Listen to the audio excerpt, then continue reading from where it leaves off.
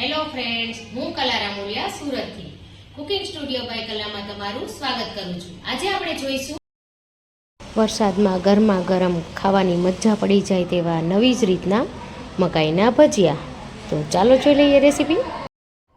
પણ હજી સુધી જો તમે મારી ચેનલને સબસ્ક્રાઇબ ના કરી હોય તો સબસ્ક્રાઇબ કરી લેજો અને બેલ આઇકન પર બટન દબાવી દેજો, જેથી મારા નવા વિડીયોની નોટિફિકેશન તમને સૌથી પહેલા મળે.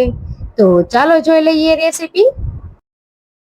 લઈ લીધું છે કોર્ન, બેસન છે જે અમૂલનો, ચોખાનો લોટ, પછી છે આ આદુ મરચાંની પેસ્ટ છે અને આ મકાઈની પેસ્ટ બનાવીને રાખી છે. ત્યાર પછી ધાણા ભાજી, હિંગ, મીઠું અને હળદર. આ એટલા જેટલી મકાઈ લીધી છે એટલી જ આપણે અહીંયા પેસ્ટ લઈ લીધી છે, એટલી જ મકાઈની. તો પેસ્ટ ઉમેરી દઈશું.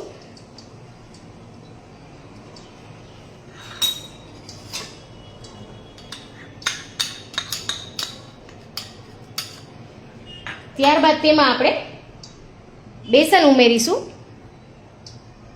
બેસન જે આપણે અમૂલનો લીધો છે એ મેં અહીંયા 3 થી 4 ચમચી જેટલો લઈ લીધો છે. આમ માપમાં જોઈએ તો અડધી વાટકી જેટલો છે. ત્યારબાદ ચોખાનો લોટ લઈ લીધો છે જેનાથી ક્રિસ્પી સરસ થશે, તો એ આપણે મોટી 2 ચમચી જેટલો જ લેવાનો છે. ત્યારબાદ થોડી હળદર જેનાથી સરસ કલર આવશે, થોડી હિંગ જેનાથી પચવામાં ખૂબ જ સરસ લાગશે, અને થોડું મીઠું સ્વાદ અનુસાર. અને ત્યારબાદ છેલ્લે આપણે આદુ મરચાંની પેસ્ટ લઈ લેશું. તમને જે પ્રમાણે તીખું પસંદ હોય એ પ્રમાણે તમે લઈ શકો. મેં અહીંયા 2 ચમચી જેટલી લઈ લીધી છે. તો આ બધું જ હવે આપણે સરસ મિક્સ કરી લઈશું. આપણે પહેલાં પાણી ઉમેરવાનું નથી, કેમ કે આમાં આપણે પેસ્ટ ઉમેરી છે એમાં ને એમાં આપણા સરસ મિશ્રણ બની જશે. અને ત્યાર પછી ઉમેરી દઈશું ધાણા ભાજી. આ જ મિશ્રણમાં સરસ જો આપણે પાણી ઉમેરવાની પણ જરૂર નહીં પડે, અને જરૂર પડે તો થોડુંક 1-2 ચમચી જેટલું ઉમેરી દેવું.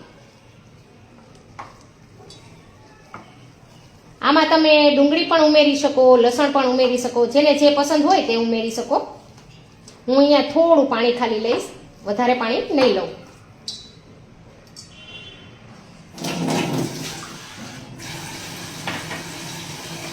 જો તો તમે જોઈ શકો છો કે બેટર તો સરસ તૈયાર થઈ ગયું છે. તો હું થોડું પાણી ઉમેરું છું કે જેથી પાડવાની મજા આવે. થોડું ભજીયા પાડી શકાય એવું બેટર આપણે રાખવાનું છે. થોડું હજી હું પાણી ઉમેરું છું, કેમ કે આપણે ચોખાનો લોટ ઉમેર્યો છે, થોડી વાર થશે એટલે ઢીલું પડી જશે, સોરી કડક થઈ જશે. તો હવે આપણે આ બેટર માપનું છે, તમે જોઈ શકો છો.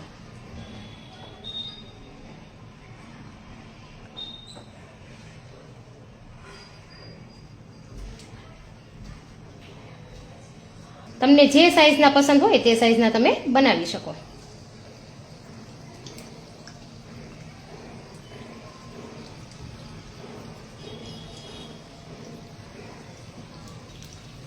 તો આપણે એકવારમાં જેટલા આવે એટલા આપણે ઉમેરી દીધા છે.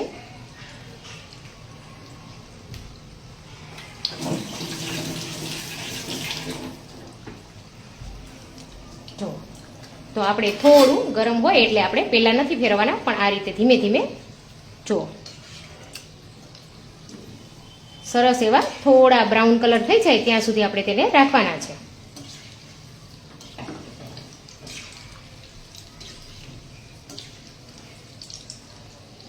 છે તો આપણે તેને થોડા ગોલ્ડન બ્રાઉન થાય મીડિયમ તાપે જ રાખવાના છે. ફૂલ ગેસે કરશું તો અંદરથી કાચા રહેશે. અને તમારે આમાં ચોખાનો લોટ વધારે ઉમેરવો હોય તો ઉમેરી શકો, પણ મેં અડધી વાટકી ચણાના લોટ સામે 2 ચમચી જેટલો ચોખાનો લોટ ઉમેર્યો છે.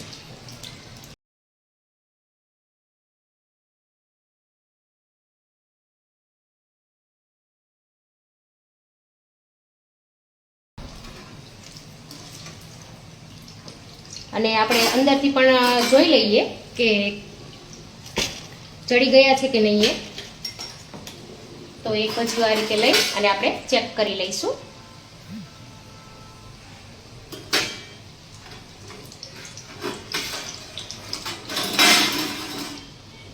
ક્લિયર છે ચાકુ, એટલે આપણા ભજીયા અંદરથી પણ સરસ થઈ ગયા હશે. તો આપણે તેને કાઢી લઈએ.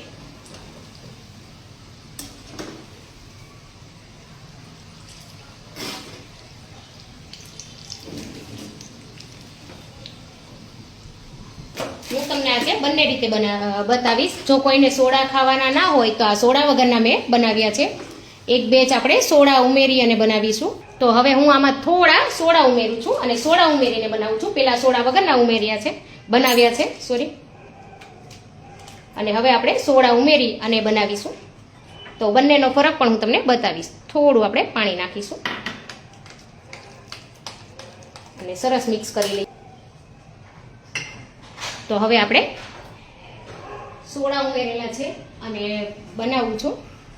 તો ચાલો જોઈ લઈએ. હવે આપણે સોડા ઉમેરેલા, મેં અહીંયા ગેસની ફ્લેમ એકદમ સ્લો જ રાખી છે. અત્યારે જ્યારે પણ પાડીએ ત્યારે એકદમ સ્લો રાખવાની, કે જેથી જો આમાં આપણે સોડા ઉમેરી દીધા છે.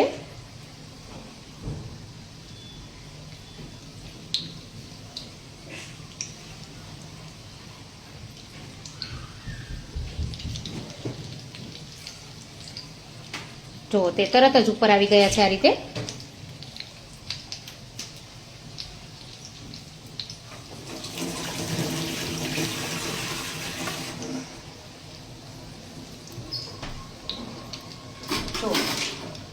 તો આ તરત જ આ રીતે ઉપર આવી ગયા છે. તો આપણે તેને થોડા પલટાવી લઈશું અને થોડા ગોલ્ડન બ્રાઉન થાય ત્યાં સુધી રાખવાના છે. આ આપણે બનાવ્યા છે કોનના ભજીયા. બધી જાતના ભજીયા બનાવતા જશો તમે, તો એક નવી વેરાયટી તમે એડ કરી દેજો. આ છે કોનના ભજીયા, જે હવે થઈ ગયા છે કે નહીં એકવાર આપણે ચેક કરી લઈએ.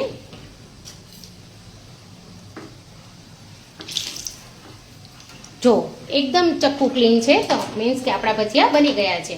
અહીંયા આપણે ગેસની ફ્લેમ બંધ કરી દઈશું અને ભજીયાને આપણે કાઢી લઈશું.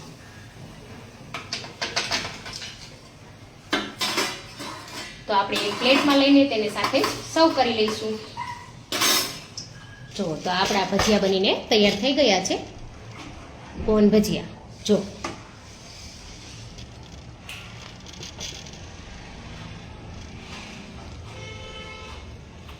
હા, આપણે આ બનાવ્યા છે કોન ભજીયા. જો કેવા દેખાઈ રહ્યા છે, હું તમને એક ખોલીને પણ બતાવું. ખૂબ જ ગરમ છે ફ્રેન્ડ્સ.